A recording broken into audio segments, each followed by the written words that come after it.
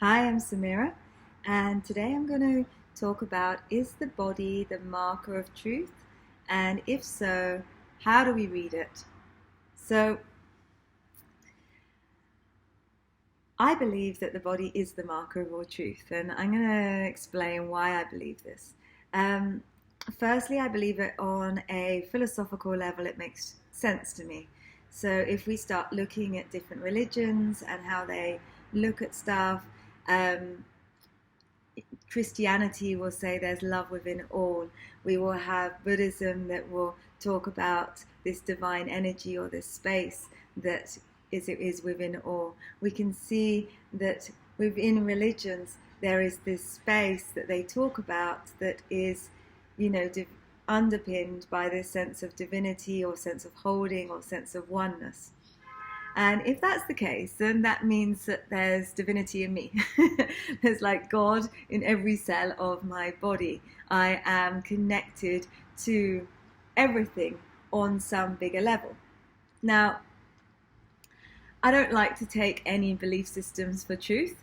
I like to kind of explore them myself and see, is there divinity in me? Like, how do I know this? I don't want to just believe it for the sake of it.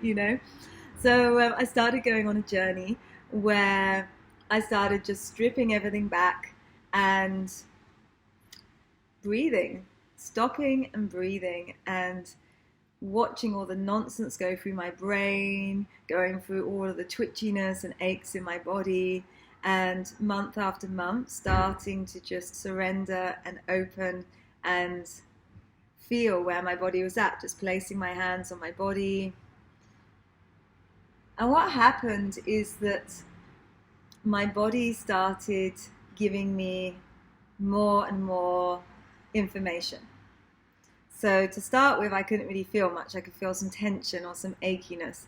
Then I started to feel, this stuff clear and move, and I started to feel things sort of unfold and my system open up.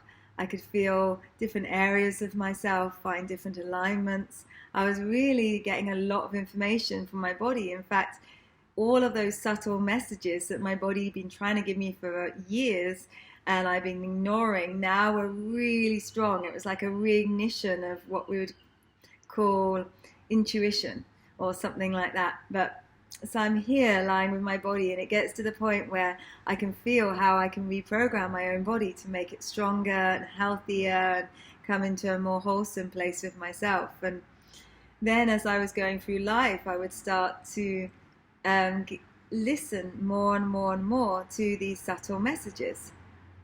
And I started to be able to feel what was really going on and see through some of these illusions of life. So people would say to me one thing and, like, I'm really pleased for you. And I could feel that that wasn't what was coming out. I could feel whether it was their jealousy or whatever because they wanted to be doing that themselves, or their, resistance to celebrating it because they thought it was maybe something I shouldn't be doing, or whatever it was. There's 1,000 scenarios, but I could start to feel the difference between what's said and what people are expressing and what actually my body was feeling. And my body started giving me really true information about what was going on around me that was incredibly valuable.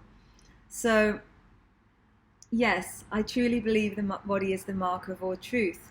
And I truly believe that there is divinity in every single cell of your body.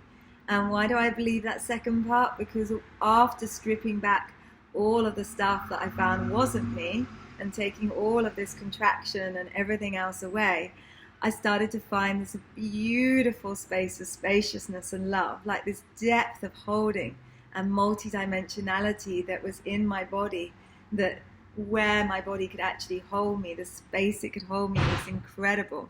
So to me, it was proved. It was like, wow, we're all these incredible, multi-dimensional, powerful beings, and we have no idea of this power that's contained within our body.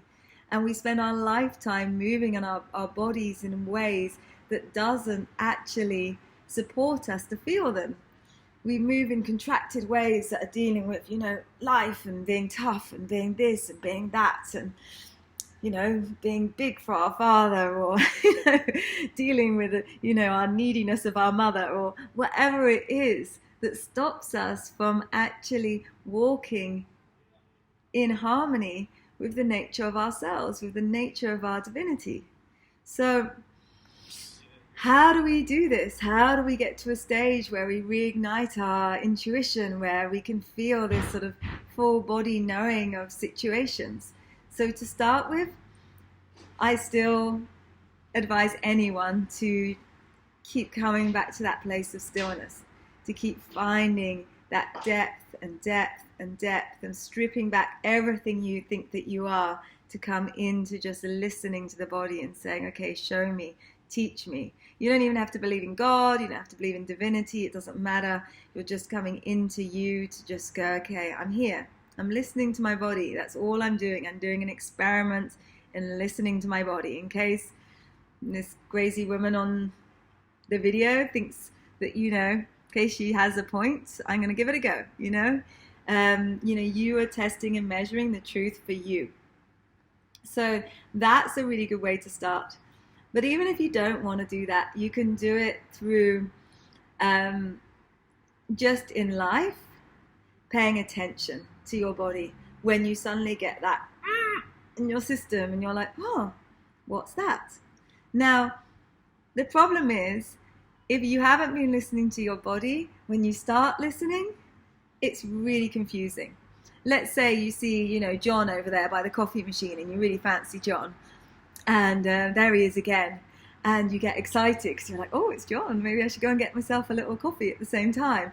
And then the next moment, you're feeling like your solar plexus, this sort of area between your ribs is like going, and you're like, oh, yeah, and you're starting to feel anxious and nervous. And you're like, gosh, okay, I've got to listen to my body. What's my body trying to tell me?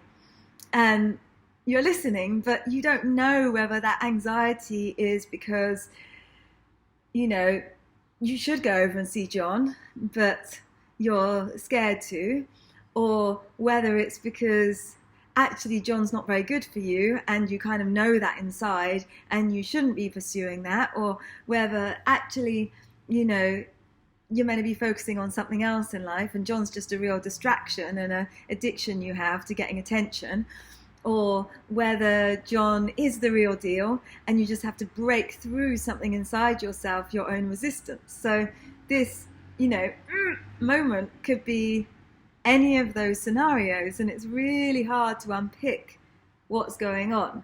So sometimes you just got to test and measure a little bit, and you'll go have the experience and go on the date with John or whatever else, and then you'll be like, oh, I get it.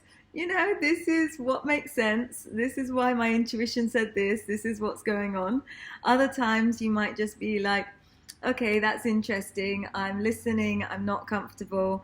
I'm going to just simply hold myself, breathe into it, ask my body what's going on, give myself that space, not make any decisions while I'm feeling uncomfortable in this, wait until I actually have some clarity on it.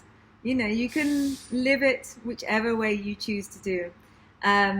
But yeah, the more that you do start listening to these signals, the more that you start coming into that relationship where you're not ignoring your body, you will realize that your body is the most magnificent power base.